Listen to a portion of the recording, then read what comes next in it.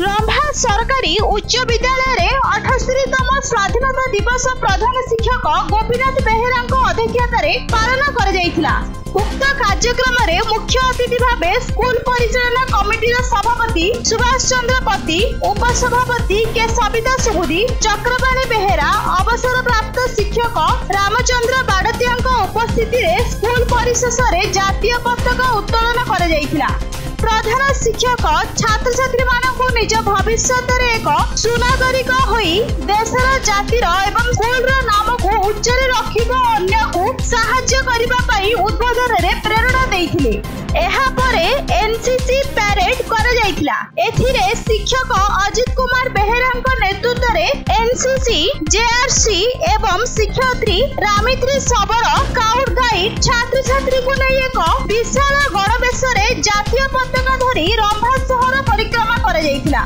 शिक्षक जगबंधु प्रधान, आशीष कुमार महापात्र, कृष्णचंद्र बाड़तिया, विक्रम कुमार पलेई, शिक्षयित्री श्रिया देवी स्वाई, रोजालीन महापात्र, सुभाश्री सारणा परिडा, अनिता जेना, गुणमणि बेहेरा, रमेश चंद्र नायक प्रमुख कार्यक्रम में सहयोग करथिले।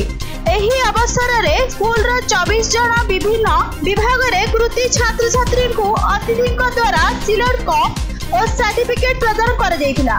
गोपबंधु सांस्कृतिक परिषद तरफ गोपबंधु प्रतिमूर्ति ठारे समाजसेवी सुभाष चंद्र पंडा पताका उत्तोलन करी प्रत्येक स्कूल कृति छात्र छात्री मानकु पुरस्कार प्रदान करथिले। एहाकु पंडित जगन्नाथ दास संयोजन करथिले। एतद व्यतीत रंभा शिल्प बणिक संघर सभापति नाथमल मुंद्रा, उपसभापति टी अनिल कुमार सुबुदी, कोषाध्यक्ष ज्योति प्रकाश पंडा तरफ 2022-2023 वार्षिक टॉपर सरकारी उच्च विद्यालय विभूति सामल, बालिका उच्च विद्यालय एवं सरस्वती शिशु विद्या मंदिर छात्र छात्री मानकु मुख्य अतिथि कृषि विपणन अधिकारी रामचंद्र पंडा द्वारा सिल्क पुरस्कार प्रदान कर जाइथिला। रंभा हाई स्कूल ठारू एनएससी पर्यंत एनएससी रो शोभा यात्रा परिक्रमा कर जाइथिला। गंजाम रंभारू बनवासी सेठी को रिपोर्ट न्यूज.in।